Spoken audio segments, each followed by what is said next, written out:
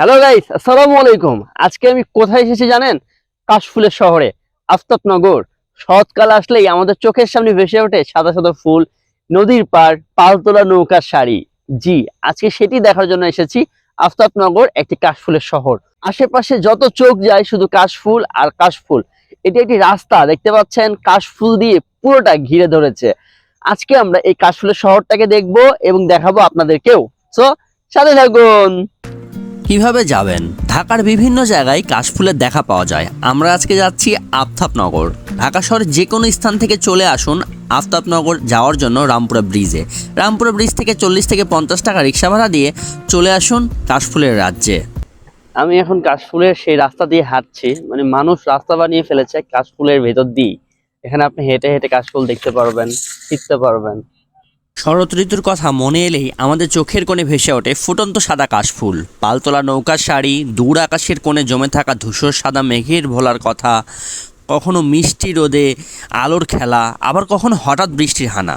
মাঝে সাঝেই দেখা যায় রৌদ্র মেঘের লুকোচুরি খেলা। শারদ বিকেলে একগুচ্ছ কাশফুল স্নিগ্ধতার পরশ বুলিয়ে যায়, হাতের স্পর্শ পৌঁছে যায় হৃদয়ে। শরতের কাশফুল অগোচরে হৃদয়ে দোলা দিয়ে যায় তরুণ তরুণীর মনে। শারদীয় বিকেলগুলো শুধু কাশফুলের জন্যই হয়ে ওঠে মনোরম। নদীর ধারে, জলের ধারে, উপকূলেই এক ফুল সমহিমায় নিজেদের জানান দিয়ে যায়।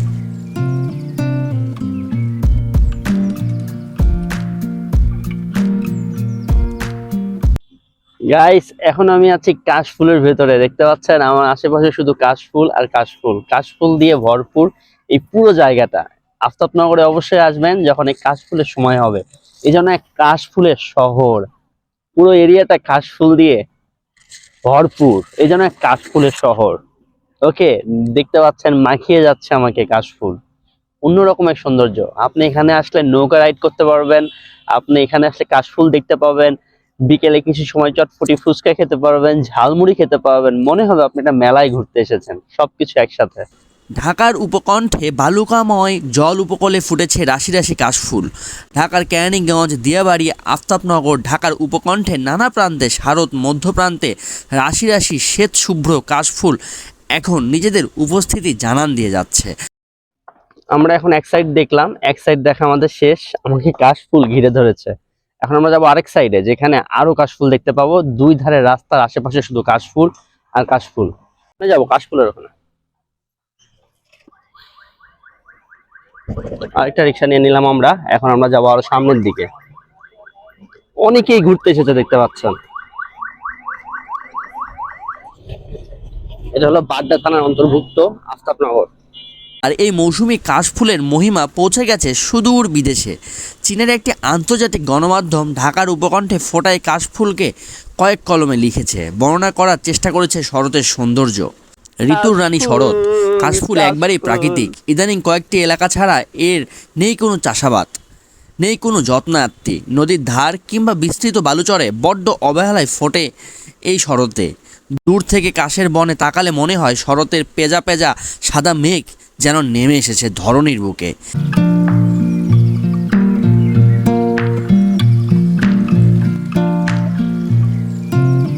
কাশফুলগুলো দেখতে হলে আপনাকে কিন্তু অবশ্যই পায়ে হেঁটে দেখতে হবে, কারণ আপনি যদি পায়ে না হাঁটেন তাহলে দেখতে পাবেন না।